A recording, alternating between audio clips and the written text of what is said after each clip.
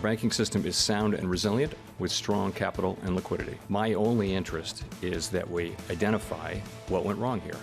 How did this happen? I think the key thing is they may be underestimating, which is exactly why, if I were in his shoes, I would have favored a pause. He said we don't know how much credit tightening is going to come from what's gone on in the last couple of weeks, but we do know that inflation is a real problem. I think what he said was, frankly, jolly sensible. This is Bloomberg Surveillance, Early Edition, with Anna Edwards and Matt Miller.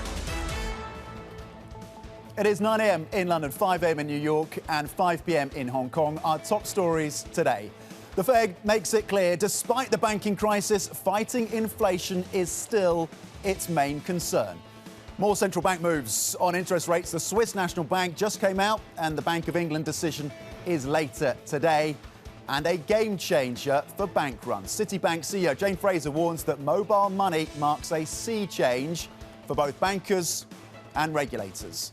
Welcome to Bloomberg Surveillance Early Edition. I'm Tom McKenzie in London with Kriti Gupta in New York. Anna Edwards and Matt Miller are off today. So as the investors, of course, and traders wake up here, at least in Europe, to that 25 basis points, a dovish hike is the way that many have interpreted it from Jay Powell. We, of course, weigh up the Swiss National Bank and then in seconds, the Norges Bank as well. There's the decision that's coming through at the bottom of the screen. The Norwegian Central Bank raising its benchmark interest rate to 3% in line with estimates, Kriti. The Bank of England expected coming through with 25 basis points as well. So for the moment, Kriti, it seems these central banks are putting concerns about financial stability to one side and keeping that focus on inflation. Yeah, a crucial 24 hours in central banking around the world. We're going to dive into it in just a moment, but a quick check on the markets first, Tom, because we are seeing, to your point, that dovish hike, an oxymoron if I've ever heard one. But take a look at futures. Seems to be kind of rallying in line with that. The idea here simply being that perhaps equities were expecting this to some extent and were priced, therefore, to perfection. Dare I say it, higher by 0.7% this morning. But remember, the reaction on the back of that as well was a higher equity market. So you really have to talk about this in the context of the carnage we saw last year. How much of the rate hikes are already priced in? I think the real action is in the bond market, though, because here's what's interesting. Here's the highlight for me. Even as we see a hike of 25 basis points, yields went down. The currency went down. And that's something we've really only seen with the Bank of England and arguably the Swiss National Bank as well. Nevertheless, it happened here in the States as well. A two-year yield of 3.96, really penetrating below that 4% crucial level. Now, this is something to keep in mind for the currency market as well, because as yields drop as well, the dollar will follow. You are seeing weakness in the greenback to the tune of about 0.4%, Tom. Not necessarily creating that bid into NYMEX crude as you would expect. Weakness in the dollar to help fuel commodities. Yet today, only really trading with a 70 handle, still lower by about the same margin, down about 0.4%. OK, Kriti, thank you. Let's bring you back to the central bank action, or at least zero in on what is happening in Norway then. And is the Fed now suddenly becoming the dove in the room of these central banks? Because Norway's coming through with the hike that was expected. But what you're seeing then is the upside for the Norwegian currency on the back of this versus the US dollar, gaining 0.9%, raising then that interest rate to 3%, again, in line with estimates. And the Norwegian Bank saying that the rate will be further raised in May. So the guidance on further rate hikes from the Central Bank of Norway coming through for May, and that is propelling a stronger Norwegian kroner. And again, it follows the rate hike of 50 basis points from the Swiss National Bank. Again, they said in their commentary they're putting to one side the financial stability risks. Those have been contained, was the line from the SNB, and they also flagged the potential for further rate hikes coming through from the Swiss National Bank as well. We look ahead again to the BOE later today. Talking of the Bank of England, you're checking in on the pound, 123 for sterling. Yes, dollar weakness is part of the play here, but also the expectation that on the back of red-hot inflation out of the UK yesterday, you're going to get at least 25 basis points from the BOE, gaining then sterling 0.4%. Across the benchmark on the equities picture, you're seeing losses of 0.4% here in Europe, despite the fact it was a solid session over in Asia. There's the Swissy gaining 0.4% against versus the US dollar, and 344 after yields came in at the front end in the US by 23 basis points. Was what I'm talking about is the two-year US. Here's the gilt in terms of UK, 344 on UK front-end debt, of course, as we look ahead to the Bank of England decision, currently 344 at the front end. Kriti.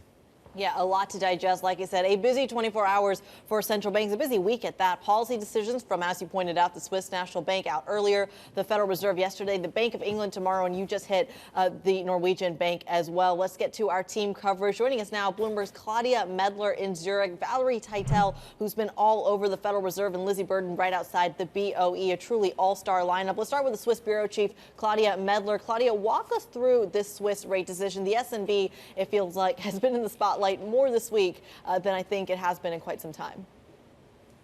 I think Switzerland has been in the spotlight more in the past week than in quite some time. It's obviously been a very eventful week here, and the interest for this for the press conference surrounding the rate decision is so high that they actually had to move it from where they usually hold it in their offices to a hotel. So that just gives you a bit of scale on how important this is globally. So I think globally we're not really looking at the rates as much. Yes, we're rates are going up 50 basis points. That was expected. The central bank kind of said there's nothing really to see here. We're sticking with what was expected. If they'd done less, maybe there would have been concern that the central bank knows more than others. But what's really important, and where I think the president will be fielding lots of questions today at this press conference, will be around Credit Suisse. And the events of the weekend were also mentioned in the statement. The SNB said that the measures taken by them, the government and the regulator, that they put a halt to the crisis and that the risk was just too great to do anything differently, to the risk to the global financial stability and global financial banking system. Yeah, as you say, arguably one of the most hotly anticipated press conferences from the Swiss National Bank leader in years. Swiss Bureau Chief Claudia Medler, thank you very much indeed. And of course, do not miss Francine Lacqua's interview with SNB President Thomas Jordan. That is later today. Over to the Fed now. Chair Jerome Powell advised that more tightening may be in store following yesterday's quarter-point rate hike. If we need to raise rates higher, we will. I think for now, though, as I've mentioned, we see the likelihood of credit tightening. We know that can have an effect on the macroeconomy, on demand, on labor market, on inflation, and we're going to be watching to see what that is. Okay, Bloomberg's Valerie Teitel joins us now to unpack Powell's comments. Valerie, what stood out to you then from the commentary from the Fed chair?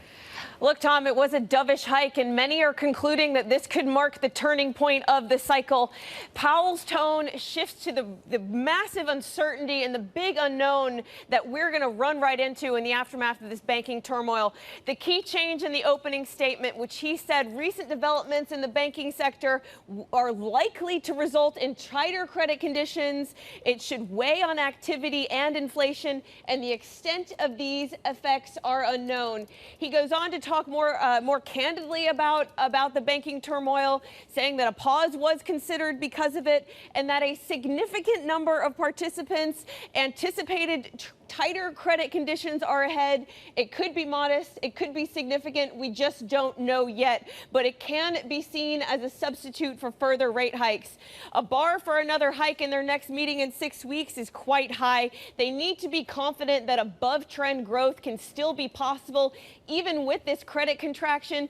We've seen in the European session so far more hikes priced into the later half of this year, causing the dollar to weaken further. Yeah, certainly something we're going to be keeping our eye on. Bloomberg's Valerie Teitel all over the Federal Reserve and, of course, the market action that follows. I want to continue with that central bank coverage because you heard Tom this morning. The idea that cable is really trading off of these interest rate decisions is fascinating. The BOE's latest rate decision is due to be published in the next few hours. It comes a day after markets were surprised by hotter than expected inflation data, arguably making Governor Andrew Bailey's decision even easier. Bloomberg's UK correspondent Lizzie Burden outside the Bank of England in London. Lizzie, is that true? Is Andrew Bailey's job easier? Well, Critty, like the weather here in London, economists haven't really been able to make their minds up about what the Bank of England is going to do this week. At the start of the week, some of them were saying that because of all this recent banking stress, financial conditions had tightened so much that actually the BOE's job had been done for it. It was time for a hold. There's been a lot of backpedaling since then, since Then we've had this hot inflation print yesterday. And as you say, it does seem to uncomplicate matters somewhat for the Bank of England. But it'll be interesting to look at the vote split today. We are expecting John Cunliffe to join Silvana Tenreiro and Swati Dhingra in dissenting in favour of a hold. But you might see him actually joining the majority because, of course, he has responsibility for financial stability. Maybe he wants to show confidence in the system. You might also see Catherine Mann, the hawk of the committee, going for 50 basis points after yesterday's print. But look out for that vote split because it'll give us a clue as to whether more hikes are in the pipeline and where rates will peak. Also look out for the guidance because there might be some added language about monitoring financial conditions. Certainly something we're keeping an eye on, and I think something the markets are certainly going to be moving off of in just a few hours. Lizzie Burden, we thank you as always. We're going to bring you coverage of the Bank of England's rate decision. That coming up at 8 a.m. New York time. Be sure to tune in. I want to switch from central banks to Wall Street banks. Citigroup CEO Jane Fraser saying mobile apps and consumers' ability to move money with just a few clicks of a button marks a sea change for how the sector manages the risk of bank runs. Speaking with Bloomberg host David Rubenstein, Fraser stressed that the recent string of bank failures was isolated. Take a listen. The banking system is pretty sound, and we're talking about a few banks. We heard it from the chairman Powell today. This is not something that is spread across the entire banking system. This isn't like it was last time. This is not a credit crisis. This is a situation where it's a few banks. Sonali Basak, our global finance correspondent, wakes up bright and early, joins us right here on set for more. Sonali, your initial take on her comments. These are the most expansive comments we've seen from a bank CEO since this banking crisis happened, but it was important, very important to hear her say this is not a credit crisis and she sees this as an isolated event. She made some news, and remember, it is quite remarkable that she's speaking right in the middle of all of this. She said that SVB could be sold very quickly within a week or so. She also said that these are idiosyncratic issues.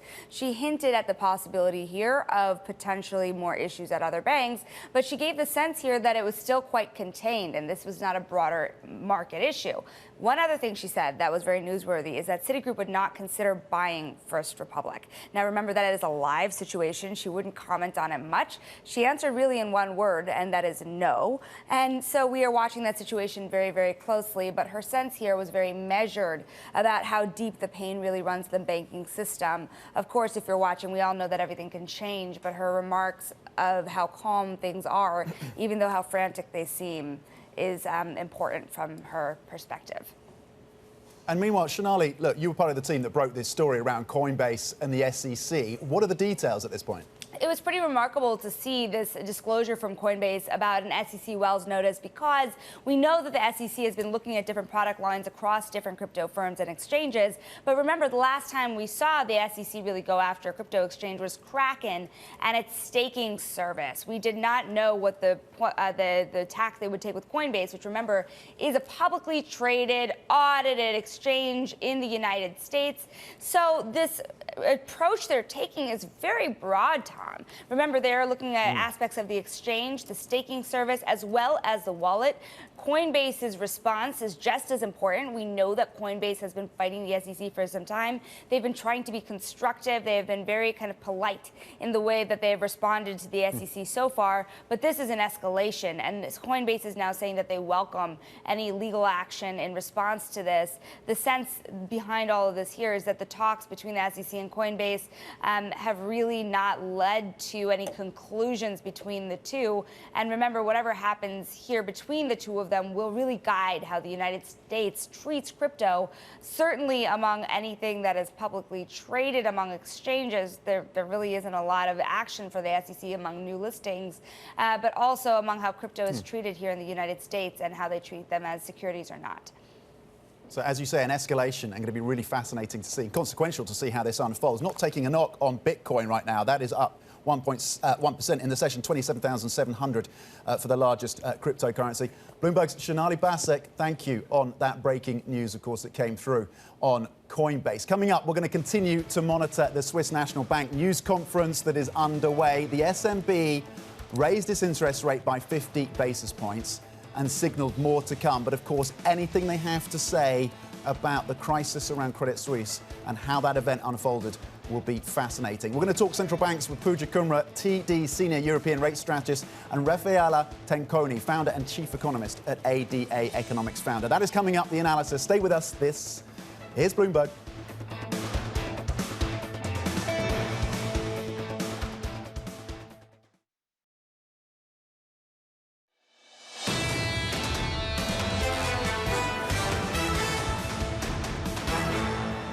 Well, it is one day after Chairman Powell's press conference and a Fed decision that everyone said would be historic, 25 basis points on the cards. But look, I don't think it's the rate hike that necessarily has markets in a tizzy, for lack of a better term. I think it's actually the dot plot. And this is really important here because when we're talking about the dot plot, the range of outcomes in just 1 year is crucial. You had folks forecasting anywhere from 2.2% to 5.2% in terms of the peak policy rate of next year. That is a very, very wide range. I think really best shown in this chart, and really the changes you've seen in the median dot forecast. This yellow line kind of shows that the decline that you've seen 4.3%, where you did actually see it as high as 5.25% earlier. That decline is crucial because it suggests, well, hold on a second, where is that decline coming from? Is that from a lack of growth, or is that from an active, more focused way of tackling inflation? Of course, that's going to be what is top of mind when we talk about what the trade is, not just for the next few months, but for the rest of the year going into 2024. I want to get a little bit more context here and be joined by Bloomberg Markets Live editor Eddie Vanderwalt. Eddie, a lot to digest with this dot plot. No one really knows what to make of it. Do you? You know what, Tiffy is exactly the right word here, because markets are really struggling to digest this. And the dot plot has got a lot to do with it. The fact that the Fed is scaling back its projections shows that they are worried. But I think there was more to it than that. I think Powell also just sounded worried, sounded uncertain, sounded like he's not fully in control, which is not something that we've come to expect from the Fed. The Fed is there to create certainty and let us know that they've got inflation under control and that there's a soft landing coming. But they suddenly are not certain. They suddenly don't know what to do. And I think that is why the markets are so stressed at the moment. Eddie, arguably, the FX markets are a little bit more certain on where this Fed goes. The dollar is down again 0.4%, 6 straight days of losses. They see a pause, maybe a pivot, maybe those cuts coming through. Does the weakness in the greenback sustain? Yeah, you know what? I think you're absolutely right. We saw the equity market initially say, oh, this is dovish, we're going to rally. Oh, hang on a minute, maybe there's a recession coming. We're not going to rally. The rest of the market struggled to digest this. The dollar immediately was down. It was like, okay, the ECB, the Fed is less hawkish than the ECB and its peers, or at least that has become relatively less hawkish, and therefore we're going to price accordingly. And I think that remains the case up until the point where the ECB and other central banks say, well, hang on a second, maybe the Fed's got a point, maybe we shouldn't be quite as hawkish as we are. And I think there is a chance that this is the first ripple in a wave of central bank capitulations. Does the euro become the next safe haven, or is that a stretch? I think the euro, putting money in the eurozone as a safe haven, it seems far-fetched. But Europe is doing very well on the reopening of China. And, Europe is a much more stable trading partner for China at the moment. And I think that, therefore, money seeking a home will go to the euro as well as to places like gold. All right, that really interesting China component in the euro story. Thank you. Eddie Vanderwalt, of course, on the prospects for the greenback and the single currency in Europe from Bloomberg's MLive team. And for more market analysis, do check out MLive Go on your terminal. Well worth it. Stay with us. This is Bloomberg.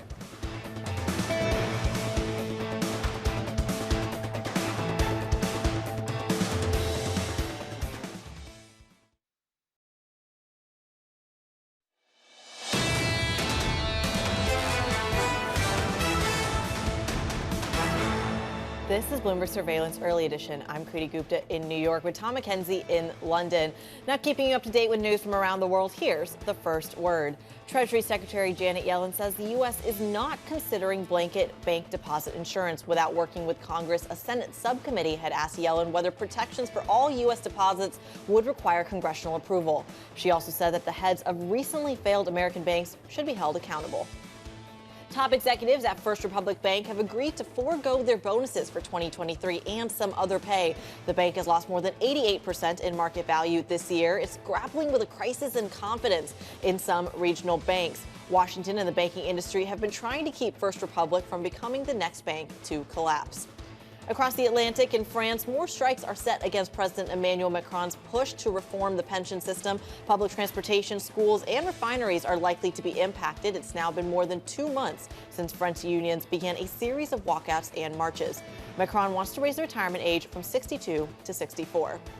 Neither billionaire Jim Ratcliffe nor the Qatari consortium interested in buying Manchester United have reportedly submitted improved bids for the British football club. According to Sky News, both bidders have been granted extensions to last night's deadline to increase their offers. The groups are competing to acquire the club from the American Glazer family. Now, Tom, I don't know a ton about Man U, but I do know that Cristiano Ronaldo used to be part of that team amid quite a bit of controversy. But I gotta say, I'm still a Ronaldo fan, and I think I might just get canceled for saying that. Yeah, listen, this is a bold comment. He's very divisive. Some people love him, some people really do not. What I'm caring about, though, is the league table, and it's quite satisfying as an Arsenal fan to see Man United in third, but that doesn't tell the whole story. They're a full 19 points below Arsenal. But yes, the bidding process is really fascinating. Two big bids coming through. Maybe some more will join. There were 20 bids, by the way, for the outset for Chelsea, so that puts into context the appetite for Man U. Yeah, I gotta say, none of that registered. I don't know what you just said. You're gonna have to explain it to me in the commercial break for sure. Coming up on the show, Pooja Kumra, 2ED's senior European rate strategist. It's an interview you do not want to miss on the back of these central bank decisions. This is Bloomberg.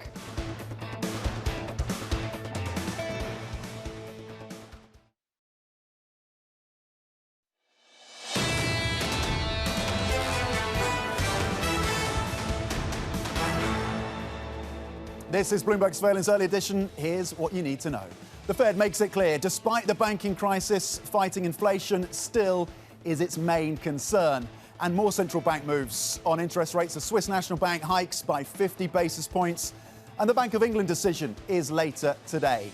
And a game changer for bank runs. Citibank CEO Jane Fraser warns that mobile money marks a sea change for both bankers and regulators. I'm Tom McKenzie in London with Kriti Gupta in New York. Anna Edwards and Matt Miller are off today. And Kriti, there seems to be a uniformity in the message that we're getting from central banks. Their primary concern remains inflation over and above financial stability, at least for now. Yeah, price stability versus financial stability is certainly the question. Is something that has almost been priced to perfection, at least in the equity market. And I think that's why you're seeing a little bit more bullish sentiment when you look at futures trading this morning. And I'd argue on the back of stocks yesterday as well. Take a look at the S&P futures higher by about 0.5%. But I really think all the actions in the bond market here. But look, if you were forecasting a terminal rate of still 5.1%, yields should be higher in theory. They are not. They're actually below that 4% threshold for the front end of the curve. The two-year yield sticking below that 4% technical level. Now, this is really important when we come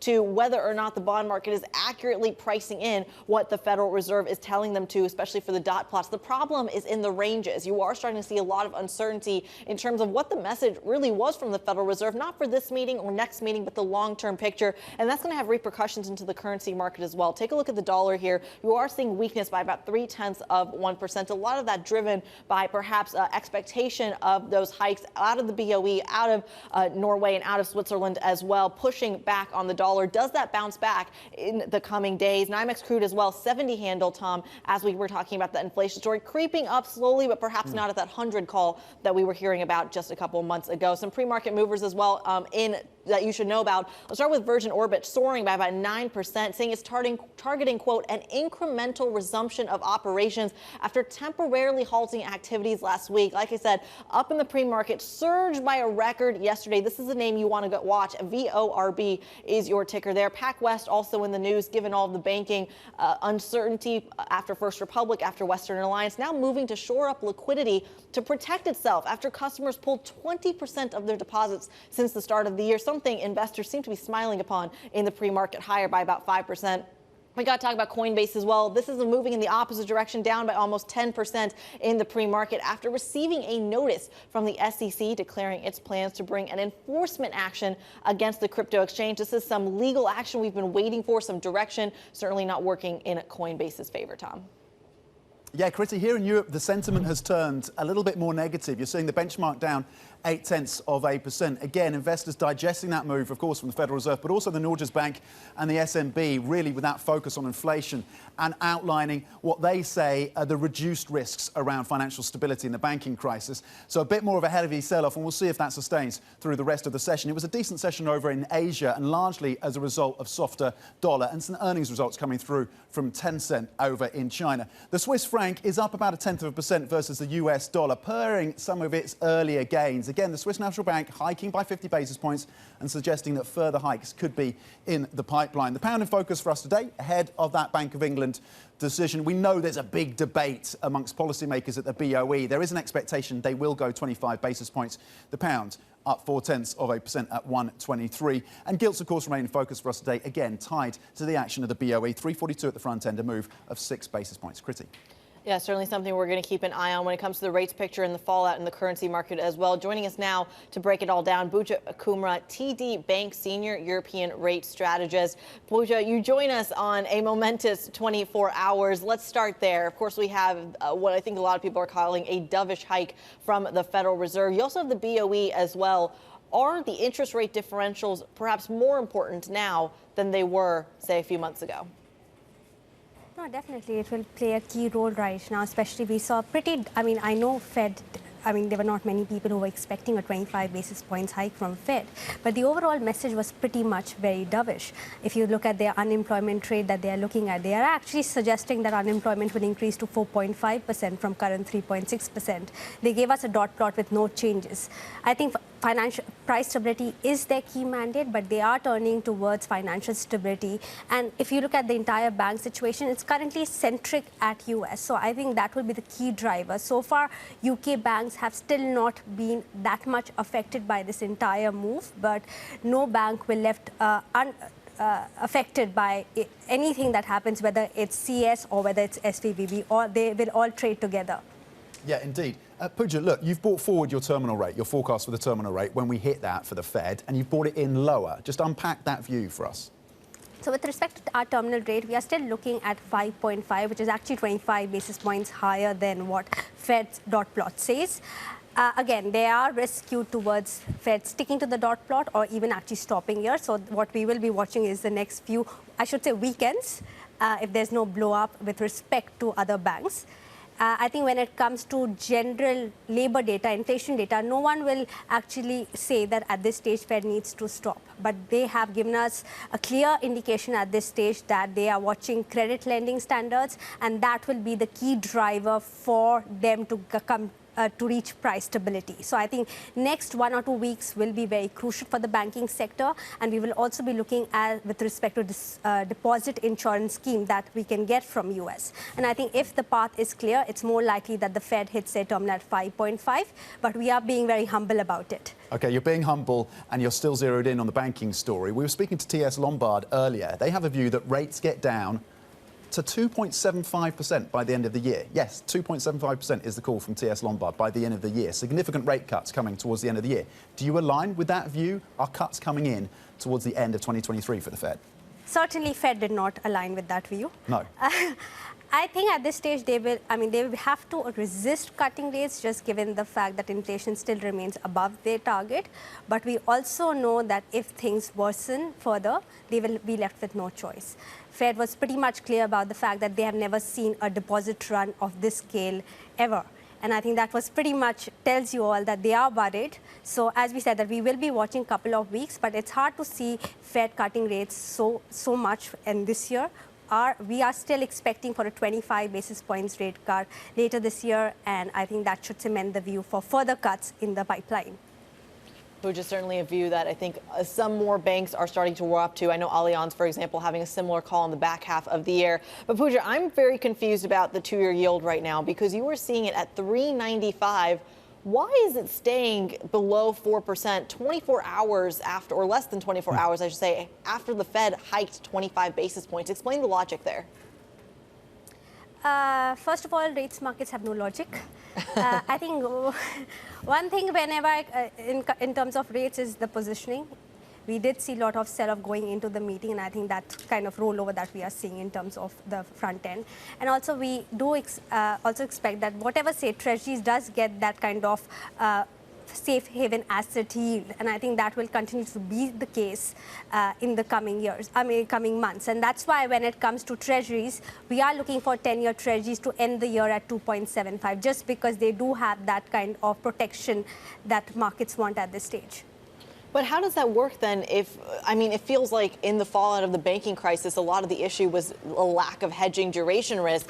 If there is now perhaps a move to correct that, shouldn't yields by definition go higher simply by more people shorting the front end? No, I mean, yes, there is a way to look at that as well. But I think what even Fed has provided all these banks is that you just park treasuries to us and we will give you lots of money, right? Like they are trying to prevent that, you know, the liquidation of assets. That was one of the scare that could have taken treasuries much higher from the current levels. I think what two-year treasuries right now are pricing is the fact that the Fed will be forced to cut rates. And the moment, I mean, if markets do see that kind of pricing to continue, we would expect the two-year to get bid, and we would expect the two stance curve to actually re-invert, which has been the general direction for the curve across board. We have seen that steepening move. So as long as we have cuts remaining, 2 years should get support. And the moment markets feel that the financial crisis is over, they can remove cuts from here, in fact, play more a bearish trade. At that stage, we will see the 2 year getting hit. But for now, I think it would be hard for markets to actually price in much in terms of rate hikes for the next meeting. OK, a reinversion of the curve and the view on that. Currently, the 2-year at 3.95, the 10-year at 3.46. Pooja Kumra of TD Bank with the view that you're going to get a 25 basis point cut by the end of this year. Thank you very much indeed for the analysis. Let's just recap the lines coming through from the Swiss National Bank after they hiked rates by 50 basis points, in line with the view from Bloomberg Economics. But arguably, it's more important to zero in on the comments around the Swiss banking sector. So Thomas Jordan, the head of the Swiss National Bank, saying that supervision has to be adjusted to the new situation. Swiss banks are not exposed to US bank failures. That's according to the head of the SNB. Jordan's saying he won't say if he knew March the 15th that Credit Suisse could not survive. And of course, Francine Lacqua will be sitting down with the SNB President Thomas Jordan later today, and you can expect her to probe him on those issues and how the fallout of Credit Suisse came to bear and the decision-making around getting UBS to acquire that business. So lines crossing again from the SNB. Jordan will not comment on the decision to wipe out Credit Suisse's additional Tier 1 bonds. That's the latest line coming through. And again, we'll be getting Francine Lacqua and that interview with the president of the SNB later. Coming up next, Raffaella, the ADA Economics founder and chief economist. We'll get more views, of course, on the Fed, the BOE, the ECB, as we weigh up these inflation risks versus the banking crisis. Stay with us. This is Bloomberg.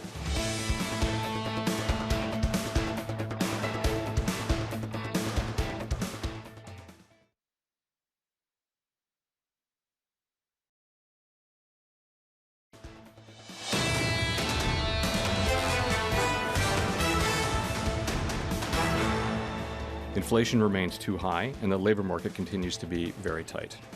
We no longer state that we anticipate that ongoing rate increases will be appropriate to quell inflation. If we need to raise rates higher, we will. We remain committed to bringing inflation back down to our 2% goal and to keep longer-term inflation expectations well anchored. Our banking system is sound and resilient with strong capital and liquidity. We're doing a review of supervision and regulation. My only interest is that we identify what went wrong here. When a bank fails, there are investigations, and of course, we welcome that. We will continue to closely monitor conditions in the banking system and are prepared to use all of our tools as needed to keep it safe and sound. At the end of the day, we will do enough to bring inflation down to 2%. No one should doubt that.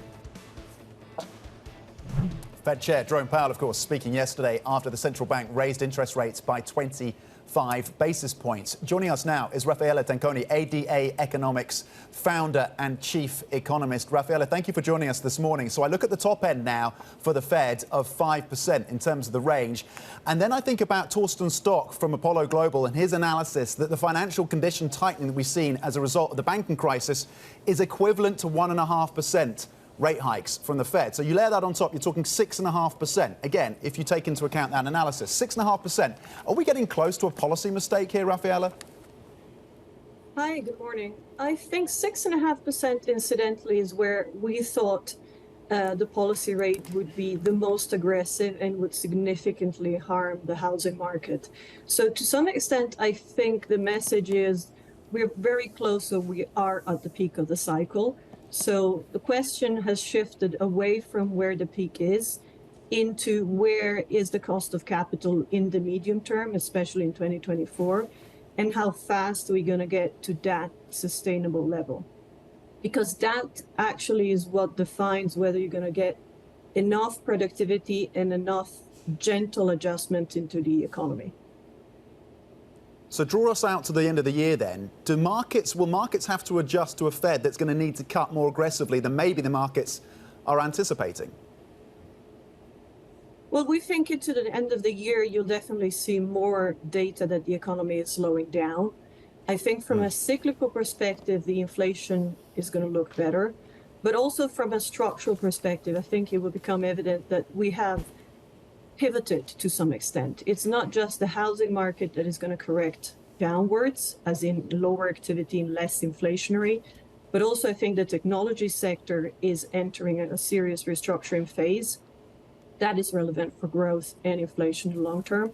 And there may be a third sector that eventually ends up being a collateral damage, which is discretionary and luxury. Well, if downturn and a structural moderation.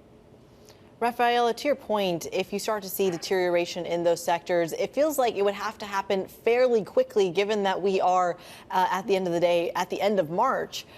How quickly do you see that signs of that early deterioration in those sectors showing up? Well, I'm both telling you short-term and long-term trends. So in terms of housing and technology, you begin to see the signs, right? I mean, you've seen lowered mortgage creation. You're seeing some job cuts in technology.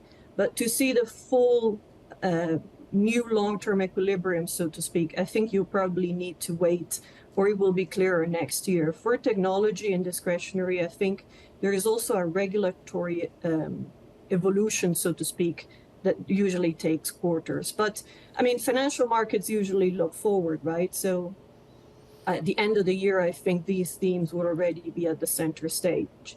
And to go back to Tom's previous question, I mean, the Fed, I think, can stay on hold from here until most of the end of the year. It could certainly open the door already before the end of the year to easing. At this stage, we still expect the bulk of the rate cuts in 2024. Raffaella, one of the kind of hot takes on Wall Street comes from Mark Zandi over at Moody's. He says that the Fed doesn't actually need to hike rates anymore because the practices to address the issues in banking itself are going to mean tighter lending standards. It's going to mean kind of a crunch on credit broadly, and that is going to do the job of the Fed. Do you agree? Yeah, I agree in essence. I think yesterday's hike was largely unnecessary for the economy. Perhaps it was in any case useful for the market because it was a relatively gentle transition. I mean, we had an abrupt change of tone from very hawkish to now dovish. We had the dot plots, which kind of cements the outlook.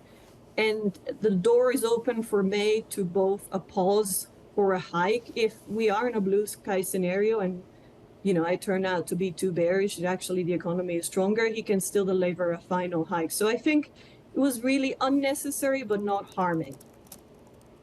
Okay, an unnecessary hike from the Federal Reserve, but not too much damage to be done, given the dovishness of the communication.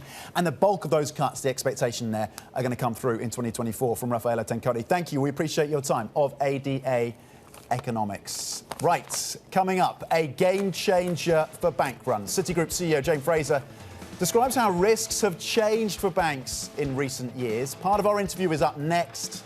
You want to tune in for that one. This is Bloomberg.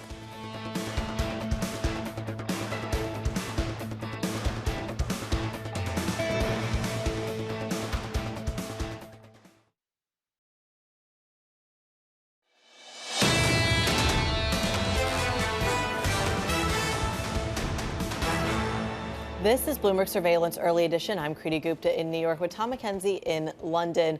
Citigroup CEO Jane Fraser says the U.S. banking system is sound and the fallout from the recent string of bank failures is not something that will spread across the industry. She spoke with Bloomberg host David Rubenstein at an Economic Club of Washington event. Take a listen. The Fed's job number one is fighting inflation, and we want the Fed to be very dependable in fighting inflation, and that should be their most important priority.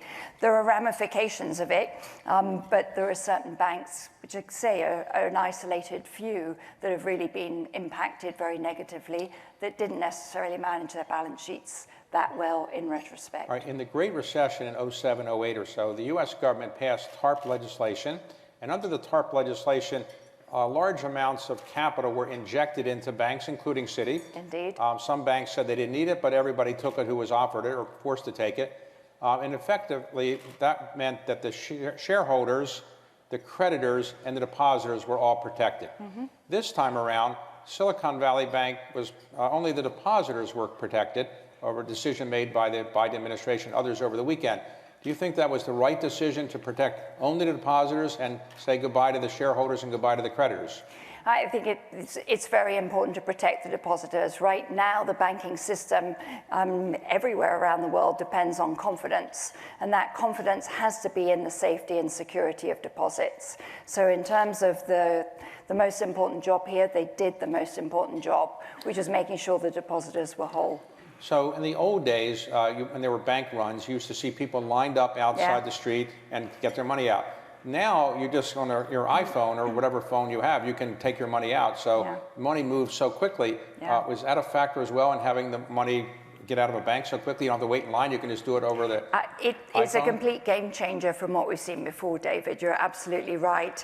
There were a couple of tweets, and then this thing went down much faster than has happened in history.